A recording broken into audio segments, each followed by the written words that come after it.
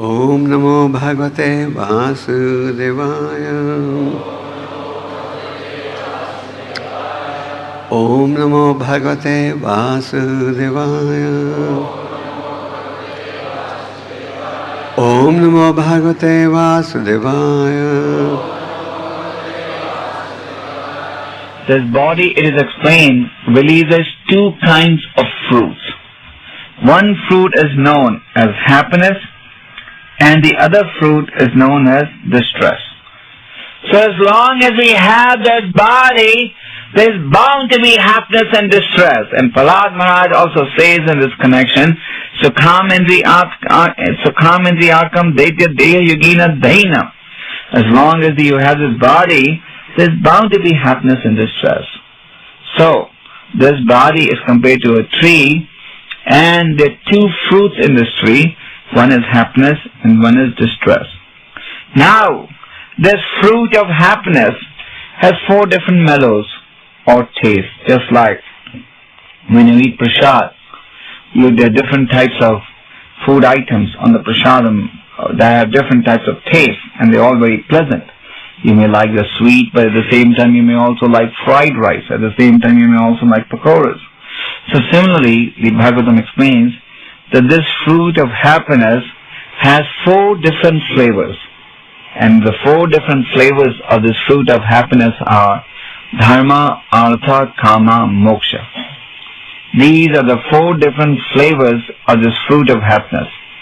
When one is religious, one is happy, isn't it? There's no denial that when somebody goes to the church or the synagogue or the temple regularly, he is happy. Another flavor is the desire for sense gratification. Generally, one goes to a place of worship in order to realize artha, economic wealth. So when somebody is making money, he becomes very happy, isn't it? That's another common principle. Whether you're living in a communist country or a capitalist country or a socialist country, if you're making money, one becomes happy. So that is another fruit of this tree, of this fruit of happiness, another taste, that it results in happiness when you're making some economic wealth. Then the third flavor of this fruit of happiness is sense gratification. When you have money, what do you want? You naturally want sense gratification. Nobody wants to become a millionaire and at the same time control their senses. Only the devotee has a vision of let me become a millionaire and at the same time control my senses. But the materialist, he doesn't have this vision of let me become a millionaire and at the same time control my senses. So this is the third flavor of this fruit of happiness. That is the flavor of wanting sense gratification. And the fourth mellow of this fruit of happiness is moksha. After you've had enough sense gratification, then what do you want? Oh, let me become one with the Supreme. So these are known as the four tastes of this fruit of happiness. Now, this fruit of happiness is being tasted through 5 different tongues. We normally, when we want to taste something, how do you know whether it's pleasant or not? How do you know what the taste is? You have to put the food in your mouth, isn't it? And if your tongue has blisters, then you can't really judge whether the taste is good or not. When your tongue is diseased, you cannot know what the different tastes of the different food items are. So just like when you want to know how pleasing the food is, you have to put it in your mouth, and then the tongue can determine how pleasant it is, what the taste is. Similarly, this fruit of happiness is tasted through 5 senses. These are known as the knowledge-acquiring senses. And what are the knowledge-acquiring senses? The eyes, the ears, the nose, the tongue, and touch. These are the 5 tongues through which the 4 different types of fruits of happiness are tasted. Just like you go to the market and you see a variety of fruits in the shop. Similarly, there are 4 different types of material happiness that one can experience, and these are experienced through these 5 different senses. And this human body, it passes through 6 different stages. There is lamentation. One is lamenting for what he has lost. Then there is illusion. If you talk to the materialist, you will see that they're lamenting. What are they lamenting for? They're lamenting the good old days. When you talk to an old man, if you ever go to the old age houses, you will see that they're all talking. They're lamenting about the youthful days, isn't it? So that is one of the diseases. They are lamenting. And if you talk to an unemployed man, he is lamenting about the days when he was employed, isn't it? So that's one of these phases. Then there is illusion. The living entities are all in illusion as to what is the real identity and as to what is the false identity. The problem of material existence is that what is asat is accepted to be sat. Then there is death. Then there is hunger. Then there is old age. So these are the different stages through which the living entity has to pass through, or these are also known in the Bhagavatam as the 6 circumstances through which this tree of material body has to exist.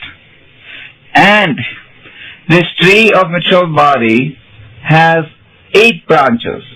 Just like you may go to any tree, the tree has branches. So similarly, this tree of material existence also has branches. And the total number of branches in this tree of material existence are 8. And these 8 branches are the 5 material elements and the 3 subtle elements which make up this body. Earth, water, fire, air, ether. Bhumi, Rapo, Nala, Vayu. And 3 subtle, mind, intelligence, and false ego. These are the coverings of this tree. These are the branches. And just like within the tree, there are air. Therefore, even with this body, there are 10 different types of airs. The materialists would not believe the Vedic conclusion that the trees also have soul. But recently, 2 major scientists in Washington conducted a study for 10 years, and they concluded that even the trees talk to each other. Just like within this body, we have 10 different types of air. So similarly, even within the trees, there is air. And how does the trees talk? Every species, God's creation is so wonderful. Every category of species speaks in a different manner. So the trees, when they're being attacked by the insects, they release a particular type of air, warning the tree next door to be careful, the ants or the insects are attacking us. And this is the finding of not the Bhagavad Gita or the Bhagavatam, which the present day so-called modern civilization would not want to believe. But these are the findings of the scientists in America, that the trees also talk and they pass messages to each other. The trees are always communicating with each other. In fact, they communicate even more than the human beings. But they communicate by releasing different types of air. So similarly, within this tree of human body also, there are 10 different types of air. And within this tree, there are different types of coverings, like the skin, blood, mucus, fat. These are the different coverings. And then there are 2 birds that are sitting on this tree. One bird is the atma, the other bird is the parmatma. And the parmatma is simply witnessing in which direction does the individual want to progress. So similarly, even in execution of devotional practice, we always have to keep remembering that the Lord is situated in the heart as the Paramatma. And in that position, He is guiding us. He is instructing us based upon our desire. So, the reason we cited this analogy of the body and the tree, which is there in the Bhagavatam, is to point out that the Lord is constantly in the heart. At no point is the devotee alone. In fact, at no point is the individual alone. But the only difference is that the materialist doesn't know this secret, that his best friend is constantly accompanying him. The reality is that the materialist doesn't even know who his best friend is. The materialist thinks that his best friend is money, bank balance, sense gratification, family members, society, etc. Whereas the spiritualist recognizes that his best friend is the Supreme Personality of Godhead. And because he recognizes that the Supreme Personality of Godhead is the best friend, and he remembers that the Supreme Lord is in the heart of every devotee, is in the heart of everyone, he was always meditating and remembering the Lord in the heart. And when you always remember the Lord in the heart, then the Lord also reciprocates by injecting spiritual knowledge by which the illusory concepts of life can be destroyed. Just like when it's dark, when you put the switch on, you can at once put the lights on, by which the darkness gets removed. Similarly, we have to keep the spiritual switch on. That is, we always have to keep our connection with the Lord in the heart. And if we keep our connection with the Lord in the heart, then we will be able to fulfill the important mission of Krishna consciousness. So in this tree, there are also some holes. Just like when you go and see a tree, you may have noticed that in many trees there are different holes. So in this tree of material body also there are holes. And how many holes are there? 9. And the Bhagavatam explains that when one is thinking of sense gratification, Bhaktivedanta, are you awake? Oh, okay.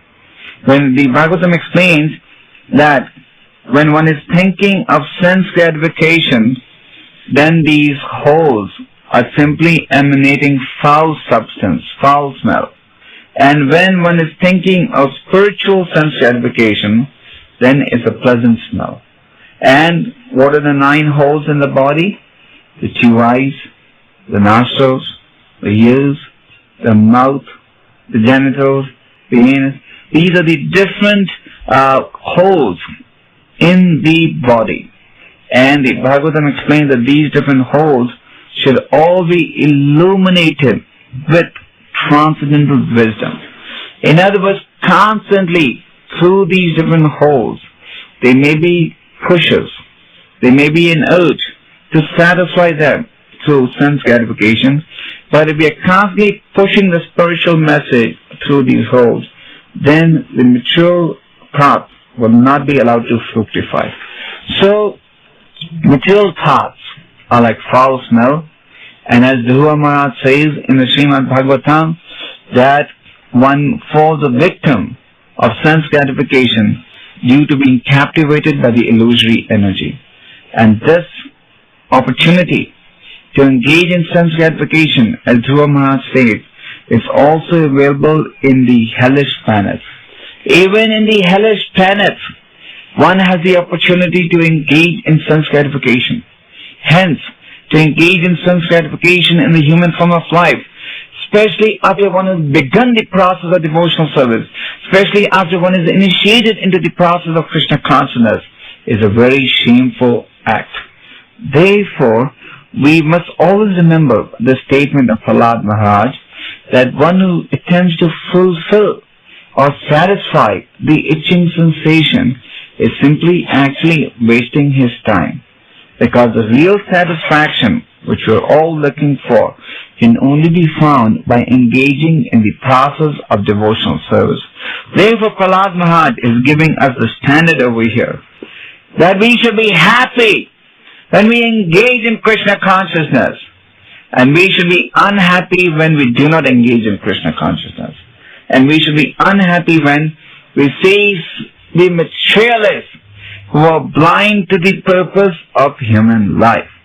If this is our standard, then what is going to be our goal?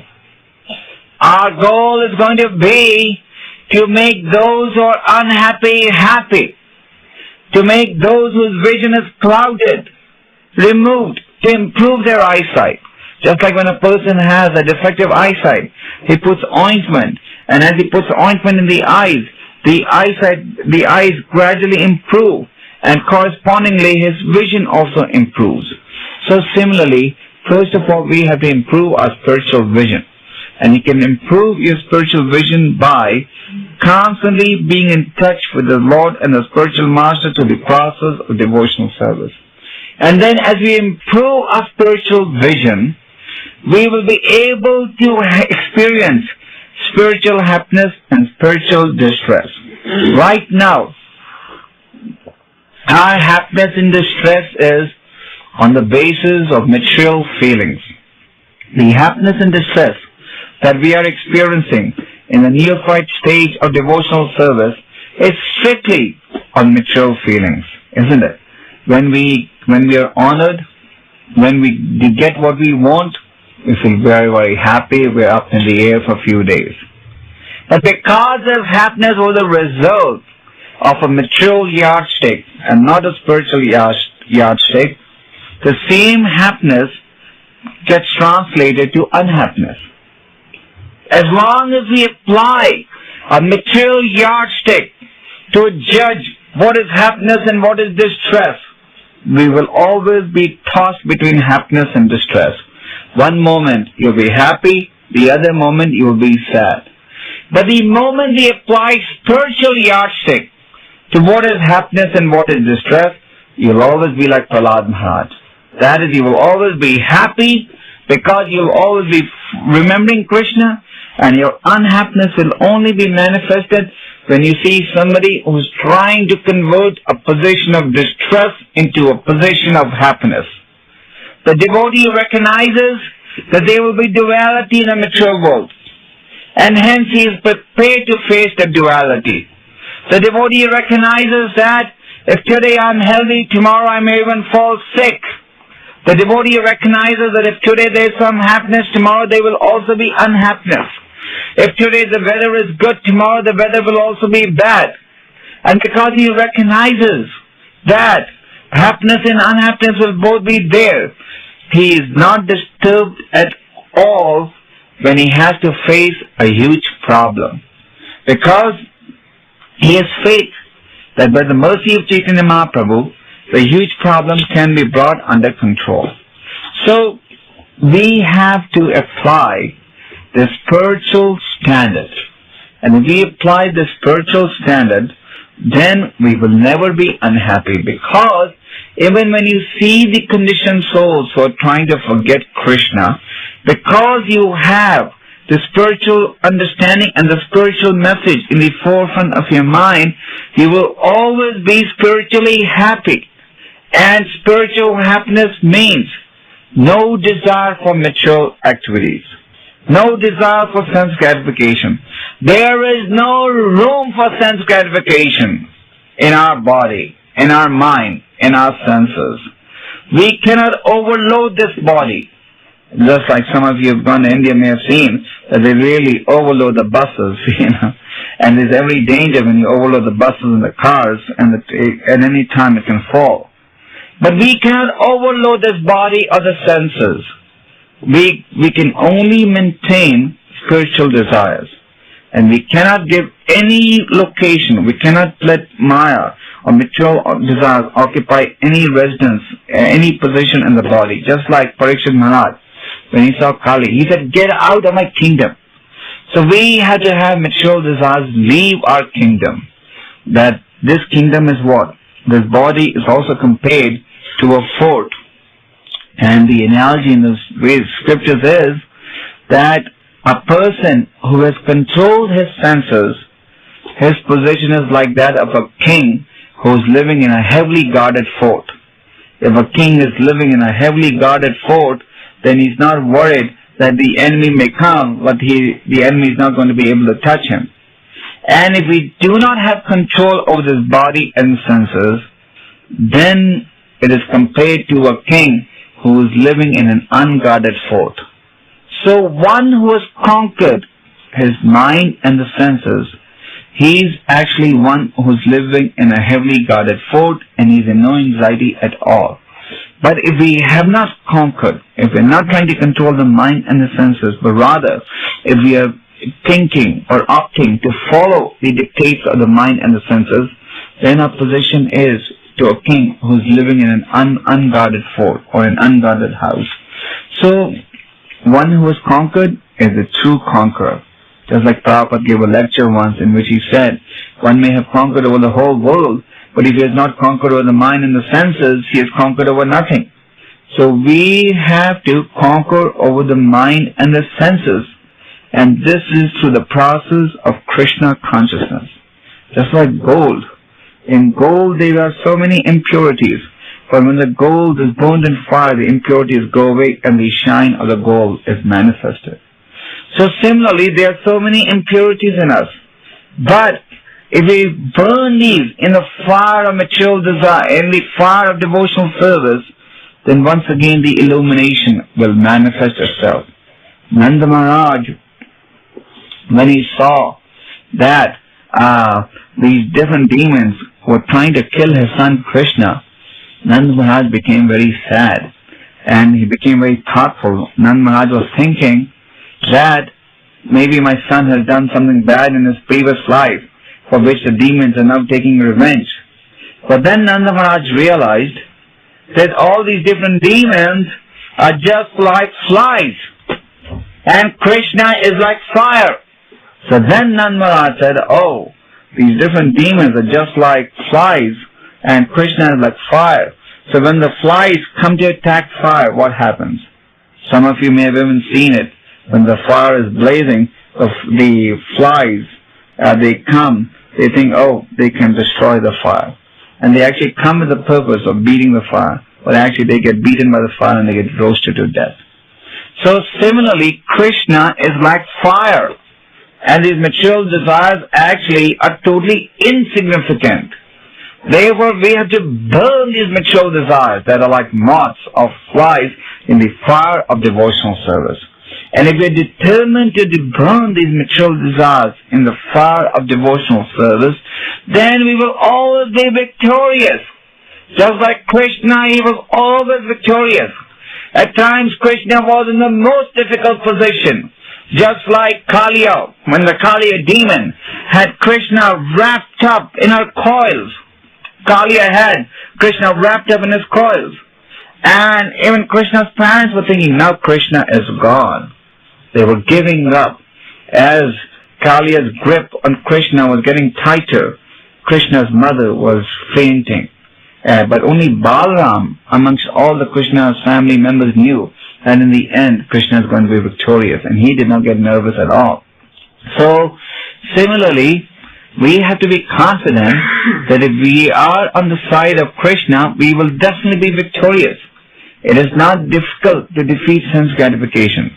Defeating sense gratification is very easy, because Maya is subordinate to Krishna. It is not that Maya is Krishna's boss. Krishna is Maya's boss.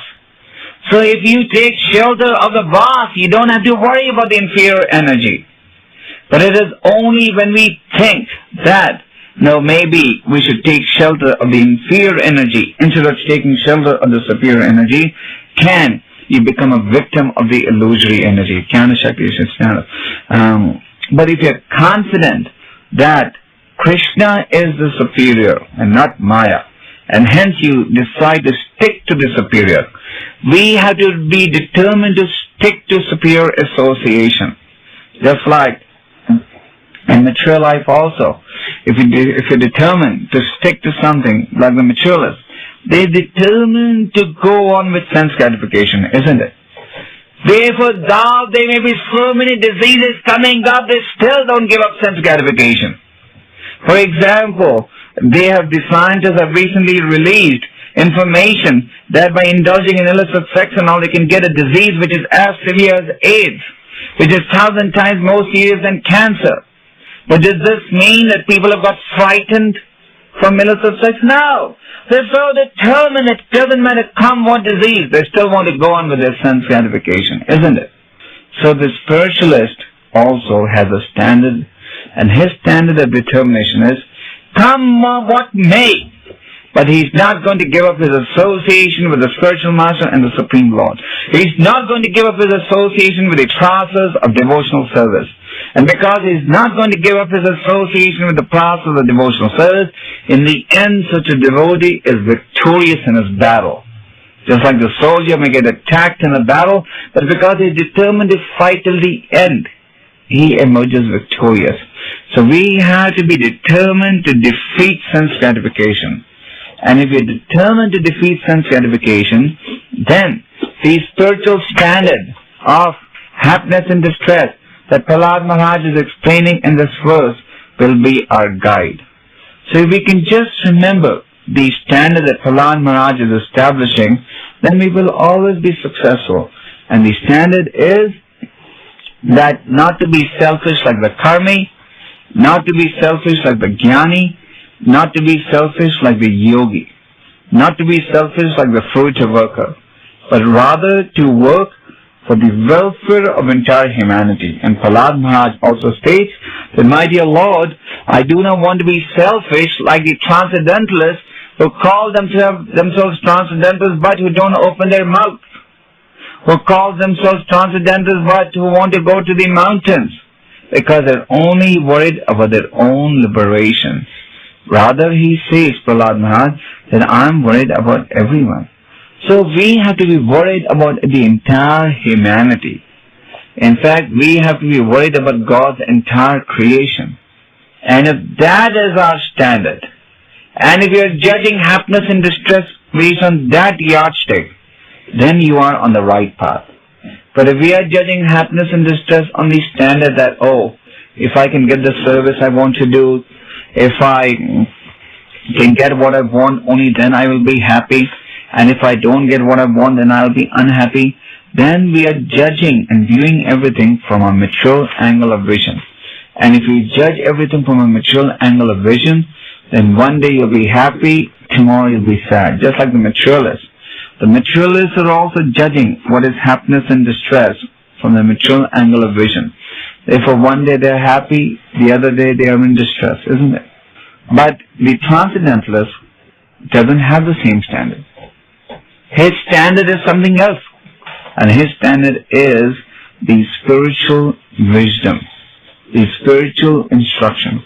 We have to judge what is happiness and what is distress based upon the spiritual instruction of the scriptures. So the spiritual instruction of the scriptures is what we are discussing today. We are discussing today through the medium of 3 verses of Prahlad Maharaj's instructions. And each of these verses is very important. So when we see that somebody else is not taking to Krishna consciousness, we should get concerned for that. We know with the utmost confidence that there is no question of any level of happiness in the mature world. And we know that these so-called plans and schemes and these new inventions that they're doing will all end up in the same result. Just like 2 years ago, there was big expectation that now they're going to have pocket-sized televisions, okay? And pocket-sized televisions have come out. Does this mean that people's distress has gone down any greater? Does this mean that the number of diseased people are less today? Does it mean that people are more happy than before? No. Even though the pocket TVs came out, they're still distressed. Now they're getting in a new era of introducing these, what they call supercomputers. Does this mean that the distress of society will go down? No. They say that the computer has been the greatest invention. We admit that. But does it mean that people today are any less distressful than they were when the computers were not introduced? The miseries of life are still there. In fact, the miseries of life are getting worse each day. Because nobody is doing research in the right direction. So, fortunately for us, all the research has been done by the great sages. Therefore, we don't do research. Just like once when the Bhaktivedanta Institute was being formed, there were different head-tied names for this institute that came up. One name came up was Bhaktivedanta Research Institute. Another name came up Vedic Research Institute. And Prabhupada said, we don't want to use the word research. The research is already done with the great sages in Vyasadeva. We just have to follow them. We don't have to do any research. So he said, don't use the word research. So he said, just call it Bhaktivinoda Institute, not Bhaktivinoda Research Institute. So we don't have to research into the platform of happiness. We don't have to research into the platform of unhappiness. The research is already done by the great sages. All we have to do is, with our intelligence, follow them. And then the goods will be there. So the research that they have done and concluded is, a transcendentalist is happy when he's remembering Krishna. And a transcendentalist is unhappy when he forgets Krishna and when he sees somebody else is forgetting Krishna. And as long as the transcendentalist sees that people are forgetting Krishna, he cannot be comfortable. He cannot rest. Just like Advaita Acharya. Advaita Acharya actually appeared on the planet before Chaitanya Mahaprabhu appeared. And Advaita Acharya, when he saw the predominance of sinful activity in the activities of different individuals, he became very concerned. And Advaita Acharya began to pray that the Lord may incarnate to save the conditioned souls. And Advaita Acharya prayed for Lord Chaitanya's appearance. And after Lord Chaitanya appeared, what did he do? He instructed every one of his followers to be instruments in spreading Krishna consciousness, isn't it?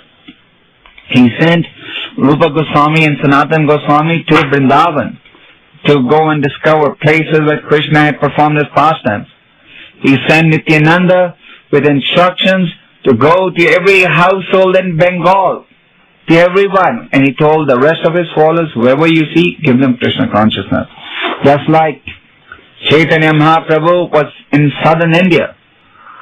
And in southern India, when he was touring the different places of pilgrimage, there was a Brahmin called Kurma. And this Brahmin was very attracted to Chaitanya Mahaprabhu's philosophy. And this Brahmin wanted to give up his household life and just follow Chaitanya Mahaprabhu. But Chaitanya Mahaprabhu said, no, you stay where you are, but whoever you see, you instruct him about Krishna consciousness. So Chaitanya Mahaprabhu has given this mission of spreading Krishna consciousness to every one of his followers. It is not that he gave this instruction only to his sannyasi or brahmachari followers. No, he gave this instruction to everyone. Kurma was a Brahmin in the Grihastha ashram. But Chaitanya Mahaprabhu told him, you can stay in that ashram, but whoever you see, you give him Krishna consciousness. And those who were brahmacharis, Rupa Goswami and Sanatana Goswami were brahmacharis, but he gave them the same instruction. Go and write books about Krishna. So, if we analyze the scriptures, we will see that the most important business is to execute devotional service, and especially execute devotional service in the flavor or at the level of propagating Krishna consciousness. Therefore, Prabhupada used to say again and again, this Sankirtan movement is the only movement that can save humanity from going to hell. Just analyze and see. How many people today are actually engaged in propagating Krishna consciousness? How many? How many people today are giving up sinful activities? On Sunday, for example, if you listen to your TV, you will see so many different religious movements using the media, using the television to give home the message about God, isn't it?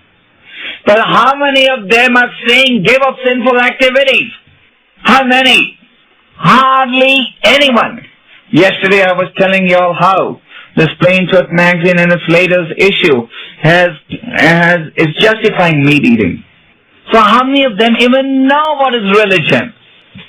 Hardly a handful even have the concept of what is religion and what is irreligion. In the name of religion, irreligion is being broadcasted today. So the point is that it is only the devotees of this Krishna conscious movement who have the understanding as to what is religion and what is irreligion. Do a survey. Call all the clergymen of Calgary. Let's do a telephone survey. Call all the clergymen and the priests in the different synagogues and ask them, do you consider the following to be sinful or not? meat eating. 99.9% will say, no, it is not sinful. Illicit sex, sinful, unsinful. They will say, not sinful. Intoxication, sinful, unsinful. They will say, unsinful. If you analyze it in the survey with the clergymen and the so-called religious leaders of society, they'll all say these are not sinful. In fact, therefore they're all liberalizing the laws in the name of being modern and keeping up with the times, isn't it? In the name of keeping up with the times, they are liberalizing the spiritual laws. Like we just read, the Anglican Church now in England, all this time, divorce, even though it was being tolerated, but at least it was not made legal. But now they've just made it legal. They said, yes, we have to keep up with the times. In the name of keeping with the times, the religious principles are getting watered down. And the Krishna conscious movement, which is based on the principles of purity, is not watering down the process. We have to keep the message intact and distribute this message. So we are concluding that, except for the Krishna conscious movement, nobody is seriously attempting to correct the ills of society. Everybody is interested in having a relationship with the congregation only for the purpose of realizing some economic gain. But the vision of the devotee is to correct everyone's sinful activities. And these sinful activities can only be corrected if this Krishna conscious movement is propagated. Therefore, we have to propagate this Krishna consciousness with the utmost seriousness. We have to take this Sankirtan mission of Chaitanya Mahaprabhu as our life and goal. The materialists have taken what as their life and goal? What? Yeah. They have taken sense gratification as their life and goal. And every member who enters into this Krishna conscious movement has to take on the mission of Prahlad Maharaj as his life and goal. The mission of Chaitanya Mahaprabhu as his life and goal. This mission is not a part-time mission. Our mission is not like that of the Christians. When somebody enters into the Christian clergy, then they have what they call 3 years of overseas service. Just like in the U.S. Army, if you join, you first have to go out in the front or go overseas, and then they let you stay in the base. So they recruit their men, and then they send them for 2 or 3 years overseas, like Africa, India, or these third world countries, and then they bring them back to the base, and then they can just operate out of the base. But that is not our mission. Our mission is not that we are going to go on preaching Krishna consciousness only for 2 or 3 or 4 years. Our vision is that we have to go on distributing Krishna consciousness all our life. Of course, in distributing Krishna consciousness, one has to experience some difficulty. But at the same time, we should recognize that you don't relish something till you go through difficulties, isn't it? You don't relish something that is easily available. You don't enjoy something that is commonly visible. When you're walking on the road and you see a latest Rolls Royce, your eyes open up and you want to look at it. But when you see so many Hondas or ordinary cars, you don't bother to look at that, because that is something rare. Similarly, devotional service is rare. And just like you have to pay a huge price to buy a Rolls Royce, you have to pay a price for realizing the bliss of devotional service also. And that price is unalloyed, undeviated engagement in the process of devotional service. And if we are always engaged in devotional service, then even if it is a giant task, it will appear very insignificant and easy. Krishnadas Kaviraj says that by the mercy of Chaitanya Mahaprabhu, even a dog can swim across the ocean. Normally a dog, when it enters into the ocean waters, it swims, it walks for a few yards and the dog runs back. It is not possible normally for a dog to swim across the ocean. But Chaitanya Mahaprabhu's mercy, it is possible. So Sankirtan may be a difficult assignment. It is definitely difficult. There's no question about it. Just see the amount of difficulty that Prahlad Maharaj had to face in expanding the Sankirtan movement. Prahlad Maharaj, when he was trying to just preach to his colleagues, he was severely chastised by his father, isn't it? And even Chaitanya Mahaprabhu, when he was trying to propagate the Sankirtan movement, the Muslim ruler actually broke the drums. And Haridas Thakur, when he was trying to propagate Krishna consciousness, he was whipped in different marketplaces. But because these stalwart devotees of the Lord had to go through these difficulties, they became glorious. So similarly, the devotees who are engaged in spreading Krishna consciousness through the Sankirtan process, because they are going through all these difficulties in spreading Krishna consciousness, their position is very glorious. And as we said, quoting from the 4th canto earlier in our discussion today, in the 4th canto it is clearly stated that one can only enter into the Vaikuntha planets if he has executed his life working for the welfare of others. So just chanting Hare Krishna will not take you back to Godhead. But chanting Hare Krishna and working to release the imprisoned conditioned souls will take you back to Godhead. Because this is the highest understanding of the philosophy. Understanding that unless one takes to Krishna consciousness, there cannot be happiness. So that should be our new standard of happiness and distress. That when we're chanting Hare Krishna, when you're remembering Krishna, you're happy. But the moment you see a materialist forgetting Krishna, you become sad. But what does it mean? You just become sad and that's it? Shed tears? We don't believe in shedding crocodile tears. When we feel sad, we work towards understanding, towards fulfilling the confidential desires of the Lord, the inner desires of the Lord. And that is to bring everyone back to Godhead. So this is our mission.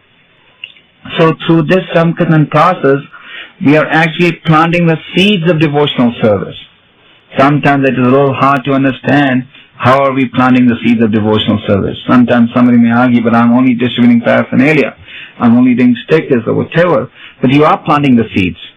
You're planting the seed because you're getting everyone to render ajnana sukriti. You're getting everyone to render devotional service unknowingly. And knowingly or unknowingly, whoever renders devotional service gets purified. Isn't it? Om pavitrava pavitrava. And knowingly or unknowingly, anyone who does service, he gets purified.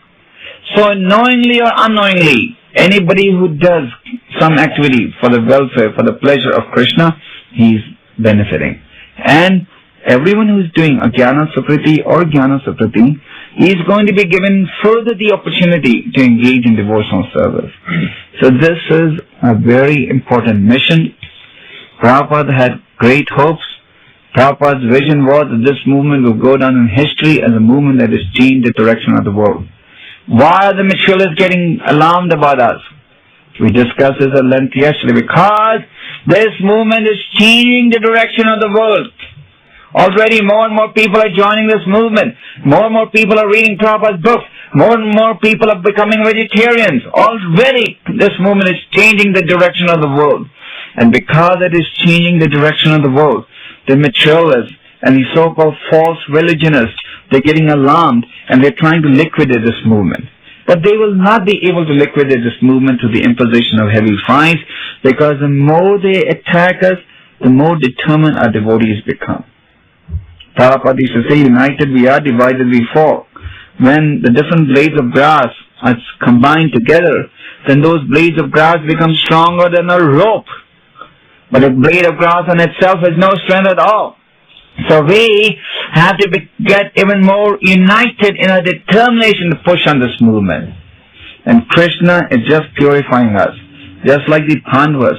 The Pandavas also got purified. How did they get purified? They had to go through all these inconveniences. And by going through all these inconveniences, their dependence on Krishna increased. Just like when the battlefield of Kurukshetra started, on the first few days, the Pandavas were losing ground. And as they were losing, their dependence on Krishna increased further. As they were beginning to lose the battle, they were all looking at Krishna for direction even more. Even though Krishna was in their midst, but as they were losing ground, they were looking at Krishna even more for direction and shelter. And by increasing their dependence on Krishna, eventually they won the battle. So, it may appear by mundane logic that we are losing ground because we have one or two court judgments against us. But no. But in the end, with the the team of Krishna is bound to be victorious. So we have to think about executing the Sankirtan process all our life. That has to be our mission. That this one life we have to sacrifice for the benefit of humanity, for the benefit of civilization, for the benefit of my spiritual master, for the benefit of the Lord. Actually, the Lord has nothing to benefit, but it gives him pleasure when he sees that the conditioned souls are being brought back to him.